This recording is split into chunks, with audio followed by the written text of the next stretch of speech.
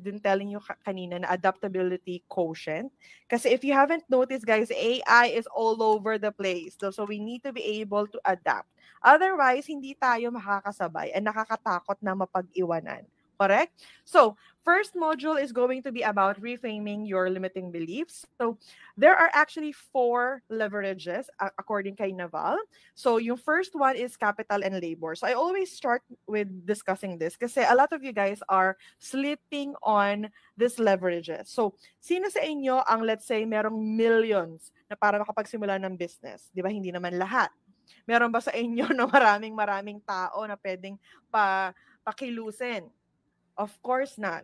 So previously kasi, capital and labor is the only way for you guys to get rich. So think of sino ba yung mga Ayala, sila yung may capital, sila yung nakabili ng maraming land, 'di ba? So sila rin yung maraming mga pang-construction. So malamang sila yung mga mayayaman ngayon.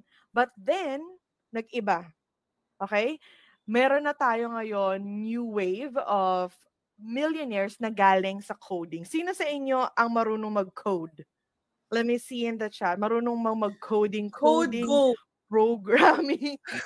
Code Go. Mag-enroll kayo sa Code Go kung hindi kayo marunong. Yes. Ayan. Marami bang marunong mag-coding? Hindi. Wala masyado, no? That is why kaya ngayon, yung sinabi ko nga, di ba, 2 skills that you need to master is either code or media. If you are not, nagsa-study daw si Janina ng Python yan, okay? But if you are not someone na marunong mag-code, the next one would actually be media. So media is the no-brainer kasi media is something that we can all tap into and it's accessible sa ating lahat.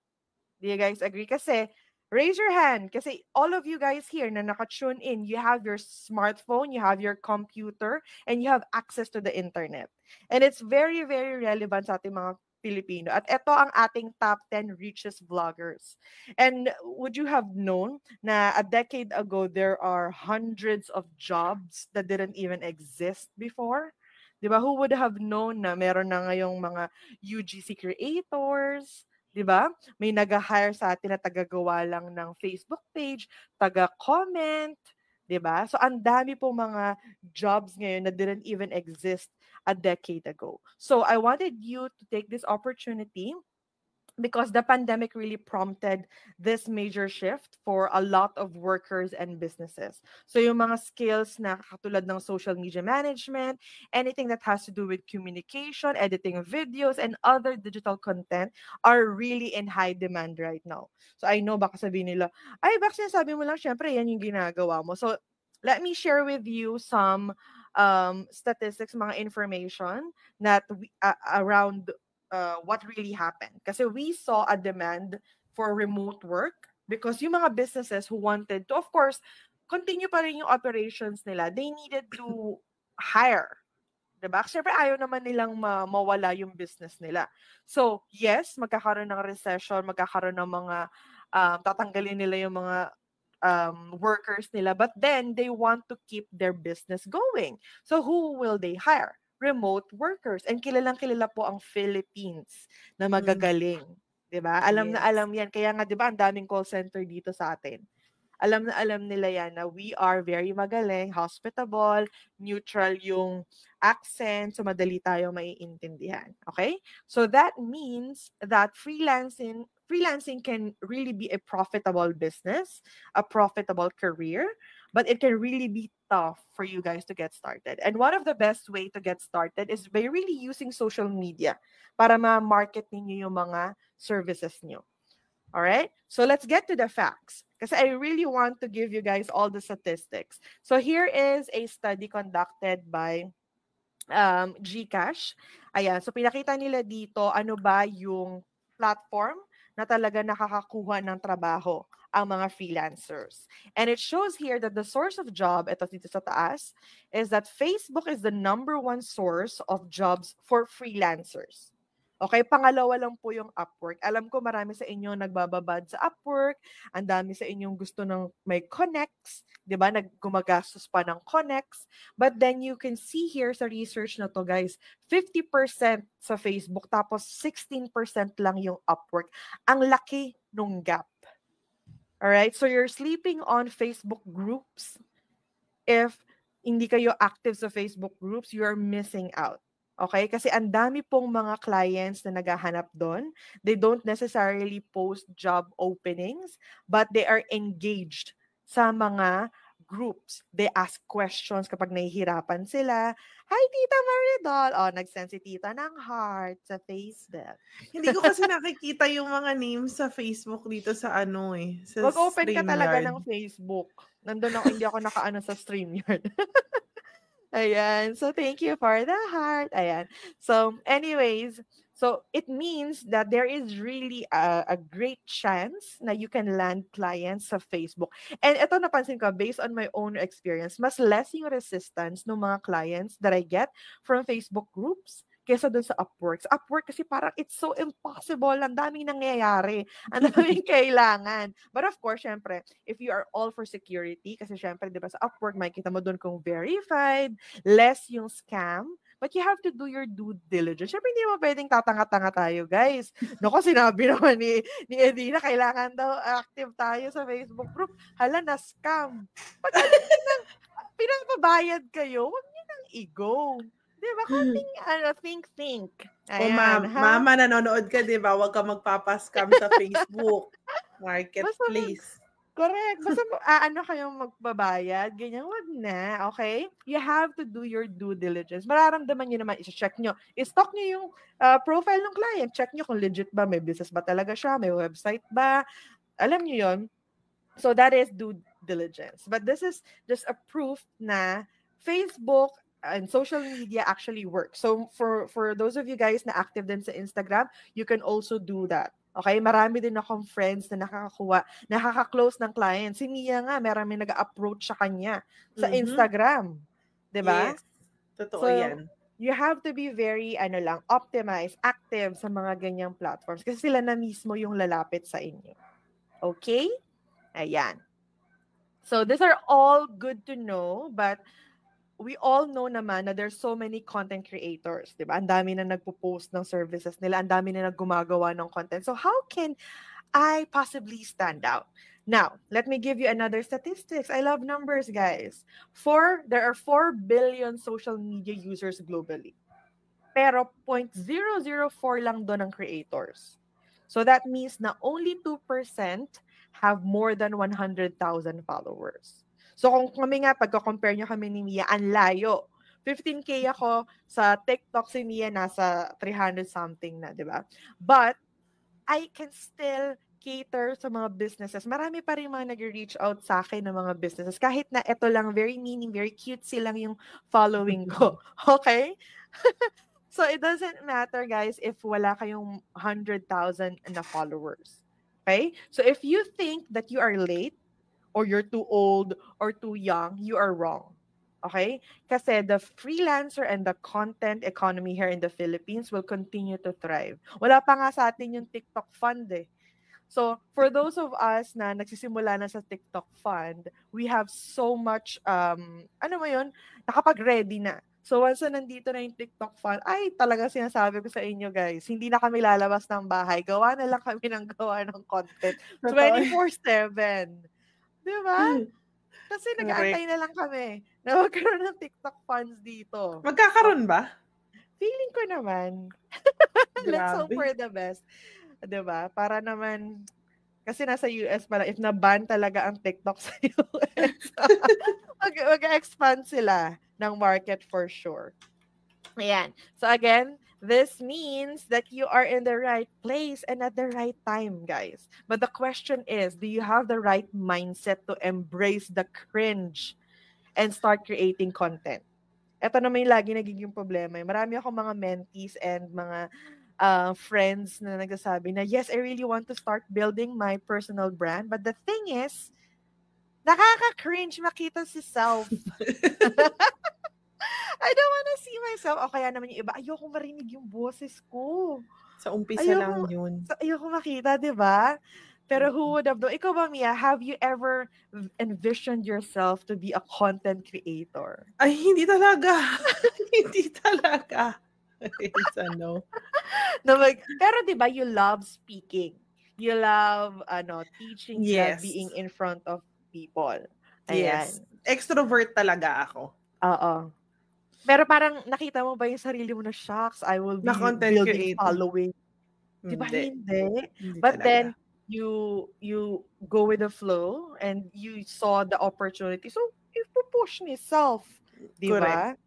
So, may nag-comment. Ayan. I am a DepEd teacher now. Years ago, I wanted to start as a VA. Had VA certificates. I wonder if I could work part-time as a VA, not teaching related though. Yes, of course. Yes, pwede po. Pwede po. Si Mia was a event, di ba? Wedding planner, yes. Wedding planner po ako before naging VA. Yes. So you have to find ways to bridge yung experience mo previously dito sa pagiging VA. Ako, guys, I was in finance. Okay? Nasa collections po ako for 10 years. Opo, siya po yung tumatawag sa inyo at naniningil ng, hoy, hindi ka po nagbabayad. Ipopost po kita sa Facebook. Ganon. O hindi, sa Australia naman ako. Wala naman ako kulong dito sa atin sa utang. Doon lang sa Australia. So, guys, imagine I was in the collections. Tapos wala, ang layo nun to marketing. Wala rin akong formal education sa marketing. But tignan nyo naman, here I am, push na push, okay? So, for all of you guys na nag-wonder if pwede ba, kaya ba, I wanted to share lang, kasi since may nag-comment na teacher daw siya. I had a mentee before na nag-attend ng class ko, nasabi niya, paano po yun? Chef ako for 8 years. How am I going to say na pwede pa rin akong maging VA? Sabi niya, hindi, parang natawa lang kasi syempre hindi naman siya pwede magpakita na nag-cook siya and everything, di ba? Ang kulit. So, sabi ko sa kanya, yes, that is a physical, talagang, talaga siya, physical job, di ba? But before ka naman maging chef, before ka magluto, there are so many things that you need to do. Diba? You need to prepare the ingredients. I-check mo yung inventory. Diba? And if you are a chef sa mga malalaking restaurant, you do costing. Correct? So those are skills that are transferable. So you can position your skills doon sa mga restaurant owners, yung sa mga food bloggers. So ang dami po. So wag niyo pong i-cage yung experiences niyo based doon lang, ay physical lang kasi ako, ito lang kasi yung kaya kong gawin, ganyan. Kahit nga security guard kung gusto niyo. Okay? Security, alam niyo yan. You can. Di ba may napanood ako na parang yung tricycle driver. Tapos tinuruan siya maging VA. Nag-viral yun dati sa TikTok eh. Yes. Di ba? Ang dami. Pwede. So you definitely just have to make sure, i-assess niyo yung sarili niyo, what are the skills that you can use sa pagiging VA. Okay? So, going back to our slides, so I want you guys to start creating a new belief. Okay? Because, for most of you na sinasabi nyo na, ano i-content ko, hindi ko alam ang sasabihin ko, na parang ang awkward ng life ko o kaya ang boring ng life ko. Okay, let me share with you. I'm for sure, kilala niyo si Tube Girl. Kilala niyo po ba? Si Tube Girl. Sino yun? Kilala mo to. Eto siya, oh. Ay, hindi ko siya kilala. I see the whole precision. Givers my only decision. Young on the one that back calling me splurge. Let me jump right on the curb. Make this man fly like a bird. Spin on the first one. What did she do? She maximized her commute time. Siya yung nagpauso na nagvi-video siya sa train. Okay? So for those of you na laging nag-LRT, MRT, maximize yung commute time nyo. Total, stuck ka naman dyan, di ba? What if nasa, mag-podcast ka naman? Habang nasa train. Oo, di ba? Oo. As in, and because of that, alam nyo ba kung ano nangyari? She landed so many brand deals. So ito yung sa MAC Cosmetics. Amazing. Ito pa isa. Bentley, guys. Nakaganyan niya. Ass everywhere. Ass everywhere. Diba? Amazing. Tapos, alam ko, naglakad siya sa fashion show eh. Naalala mo na siya? Hindi ko talaga siya kilala. Hindi, may nag-comment dito na alala ko to. May nakausap ako before na nag-work sa funeral parlor. Tapos gusto niya maging VA. Tapos yun, na-advise pa din siya na pwede yung transferable skills niya. Sabi ko sa kanya, maganda yung background niya na funeral parlor kasi walang niche na ganon. So sabi ko sa kanya, ikaw lang ang may ganyan. So maghanap ka ngayon ng mga funeral parlor sa Amerika at i-offer mo yung VA assistance mo. So lahat yan may transferable skills talaga. Correct. Naalala ko yan. Ikaw yung nagsabi niya sa atin. Natin. Yes. Pinupush niya rin kami. Alam ko parang may nagtanong ata sa video mo yun. Anong business ang bubuksan ko? Sabi ba naman niya, funeral. Kasi sobrang niche. Lahat talaga. Basta if there's a will, there's a way. Correct. Kaya ilaban niyo yan, guys. Okay, eto. May gumawa nga sa atin. Local version. Oh, kita niyo si Abby. Nasa jeep. Oh. Tawa yung mga friends hindi na siya kinakaya. O, diba? Yung kahiyan. Nakakaloka, diba? And, eto, sobrang trending to ngayon. Si Arman Saloncor. Oh. So, kunyari, naiiyak ka. Diba? Hirap na hirap tayo sa live. Yung electric fan nga, harap ang init. Dali lang yung electric fan, pakiharap. So, hirap na hirap tayo sa live. Videohan mo na yung sarili mo.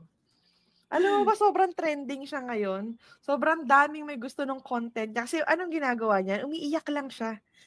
Nag-breakdown lang siya. Tapos kung ano nga pinagagawa niya sa buhay. Okay? So ngayon, lahat ng mga tao ginagawan siya ng meme.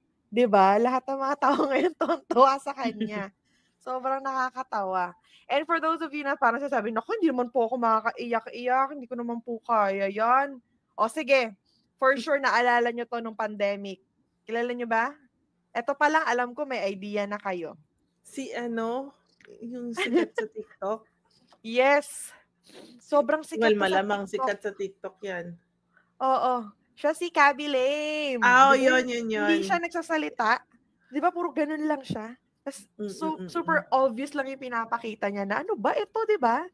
Alam mo, from there, nakakuha siya ng 62 million na ata yung following niya ngayon. And did you know, guys, na dati lang siyang factory worker sa Italy. And because nag-TikTok siya ng TikTok, alam niyo kinikita niya per TikTok is 42 million. Grabe yung naging net worth niya. As in, kasabayan niya na sila, sila Addison Rae, sila Taylor. So, ang bongga ng net worth, guys. So for those of you na nagsasabi na, naku, wala po akong talent dyan. Gumanyan-ganyan lang kayo, Diyos ko. Ang dami nga ngayon, di ba? Thank you for the flowers. Thank you for the rose. Gumaganyan. Tapos meron nga din akong kwento tungkol dyan. Kilala niyo sino yung si Warren? Si Poca? Di ba kilala niyo si Poca? Nung nagsisimula ako sa TikTok, isa siya sa mga unang nagme-message sa akin before kasi ayaw na daw niya mag-call center. So nagpapatulong siya sa akin. Minessage niya ako dati. Nagpapatulong siya sa akin kung paano makapasok ng virtual assistant ng EVA. Kasi tira niyo naman kung nasa na siya ngayon. Hindi na niya kailangan. Siya na ang mag-hire ng EVA ngayon. Ganon. Simula yan ng 2021, nag-a-ask pa siya ng help sa akin. Ngayon, ako na ang mag-a-ask ng help sa kanya if gusto niya ako i-hire. Oo, connect tayo ulit kay Poca, no? Para baka nakalimutan niya na. Diba? So, ang dami, guys, na hindi mo mamamalayan. Ikaw, ikwento mo yung mo. Yung nagsimula ka. Oh, yes. Nagsimula lang ako sinimulan ko yung TikTok ko nung pandemic kasi na-depress ako dahil nga nawalan na ako ng business. So sabi ko, magti-TikTok ako dahil gusto kong maging opinionated, ganon. Gusto ko lang magbigay ng kung ano. Nag-share lang ng life kasi ang dami nagti-TikTok. And then, shinare ko yung nag-start ako mag-training doon sa VA agency na napasukan ko. And then, nagising ako from less than 100 followers sa TikTok. As in, the next day, gumising ako na I had 7,000 followers. Hindi ko alam kung anong gagawin ko. Dati ayoko pa panoorin yung sarili ko sa TikTok.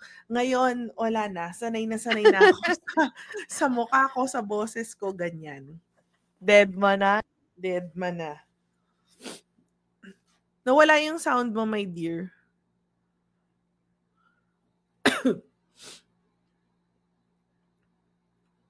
Hello? Ayan, okay. Ayan. Nangyari na. Okay, so ang daming naging opportunities, no? Bongga. Yes. So, ganun din ako. Actually, guys, talagang full-time ako sa pagko-content create nung mag-a-attend ako ng likha. Kasi I knew na yung mga tao na mag-a-attend nun was talagang mga creators, mga ganyan. So, nung time na yon, sabi ko, shucks, kailangan kakaririn ko na yung pag-create ko ng content. And only to find out na, oh my gosh, that was a right decision. Okay? And since then, alam nyo, nakakatawa kasi mabibuild rin talaga yung confidence nyo. And you get to meet so many people. Doon ko actually na-build yung network ko. Ayun, kaya kami nagkakakilala nila Mia. Because dati nagti-TikTok lang kami, tapos hanggang sa nagkita-kita kami sa isang in-person event. Diba? It is so amazing. Okay? And then another video that I wanted to share with you guys, I don't know if you have seen this on TikTok, is yung Stanley na Tumblr. Okay? You can create content out of anything talaga. So, tignan nyo to. Everybody's so concerned about if the Stanley spills. But what about the melts? So fire Grabe yan. Naalala ko yan. Diba? Nasunog ang car niya. Nasunog yung car niya, pero yung Stanley Cup na tumbler niya, may yellow pa. Diba? And Ibang look klase. at the response of the CEO. Fire yesterday still has ice in. Hey Danielle, my name is Terrence Riley. I'm the president of Stanley. And we've all seen your video. Wow, what an ordeal. And we're all really glad you're safe. Thanks for sharing the video because, wow, it really shows how our Stanleys are built for life. Because what it went through with you, I couldn't think of a better example of our product's quality. But anyway, we're glad you're safe. I've seen a lot of comments that we should send you some Stanleys. Well, we're going to send you some Stanleys. But there's one more thing. We've never done this before, and we'll probably never do it again, but we'd love to replace your vehicle. Yeah. All of us at Stanley, we'd really like to replace your vehicle. O, So diba? check your Grabe naman. Bongga. Pinalitan ang karu. Sabihin, ay naku, kailangan sunugin natin yung kotse natin. Sabi ni Sunugin ka bahay ko, day. Sabi ni Elina, baka daw hindi. This is a grave example, I know. But you can see here na anything can actually be a content. Okay? Pwede po kahit ano. And another way, okay, ito naman, let's be serious naman. Okay, sino sa inyo yung nakakakilala kay Rob Lee? Isa siyang chef. And nag-trending din to sa TikTok. DMs for details. Hold on. Thanks. Ito yung video niya. Ganito siya mag-video. A day in a life ang eksena niya.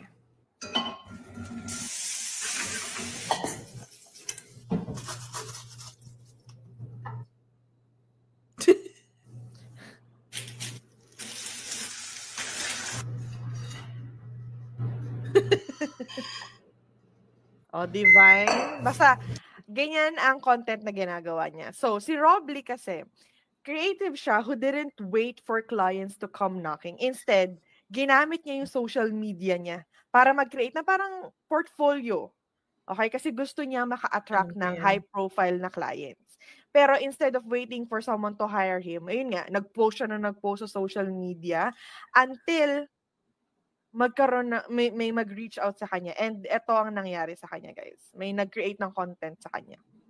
This is Rob Lee, also known as Broccoli Rob on social media. He's a full-time private chef for a billionaire in the Hamptons, except he never went to culinary school or has worked in a restaurant. In September of 2022, Rob was finding it difficult to find work because of the small experience he had on his resume. He reached out to various agencies that placed private chefs with clients for about 2 months and found nothing. Until November 2022, his entire life was about to change. Rob started posting his recipes and his creations in August of 2020. His first ever video was posted on April 18th, 2022. Here's the part that's wild. An agency had reached out to Rob after seeing his social media content, and it was for a client who didn't need a traditional private chef with a culinary background, but instead, they just wanted someone who was responsible and pleasant. Rob's agent matched him with the client, did a trial for them, and the rest is history. O, diba? Ang bongga. So, that only shows na yung story ni Rob, sinasabi lang dito na we don't need permission to start showing up as professionals. Okay? So, ang dami kong mga pinakitang mga videos doon, but it's basically boils down to how you can build your own brand, how you can attract clients just right from your phone. Okay? And that's not even the best part actually kasi nung tinuloy-tuloy ni Rob Lee yung pag-share niya ng behind the scenes, nakakuha talaga siya ng billionaire client. Okay? So, the way that he did his content is as if meron na siyang client. So, what he did was magrerenta siya ng Airbnb. Kasi Yes, diba yun yung mga magagandang mga bahay, tapos doon siya mag-create ng mga lutuin, diba? So, yung iba, akala nila talagang chef na siya. Okay? And since then, talagang nag-boom yung social media niya. As in 500,000 na ata yung followers niya. And he just kept sharing. Okay? And dinadocument niya lang yung journey niya through his lens and share niya lang yung perspective niya. So it really goes to show na you never know who is watching your content on social media. You will never know. And just to let you guys know, etong headset ko, Jabra to. Ni-reach out ako ng Jabra. Nung wala lang. Alam mo yun? So, I know Jabra kasi as a call center, alam natin na it's either Jabra or Plantronics lang naman ang ginagamit. So, nung ni-reach out nila ako, parang bibigyan daw nila ako ng headset. I was like, girl, let's go. Diba? So, mahalay nyo, guys. You are just one connection away from living the life that you want. So, I want every one of you to take up space, stop making excuses, and really just to start showing up. Okay? I-embrace nyo talaga yung cringe nyo na yan. Because I know that finding work can really be difficult. But a strong social media presence can truly help you succeed. Okay? And I just wanted to address yung concern na lagi ko rin tatanggap na kapag SMM po ba, kapag nasa social media po ba, kailangan mataas na po yung following nyo or kailangan, marami na kayong followers? Hindi naman. Okay? But I highly encourage that you have your own page, you have your own online portfolio na rin. Okay? Kasi dyan din kayo makikita. Ayan. So, meron daw tayo watching from Uganda. Hello, Jonathan! Hello. Jonathan! Ayan. So, ma'am, noise cancellation po ba yung gamit niyo, ma'am? Yes. Okay. So, moving on. Here is how you can stand out in the social media crowd.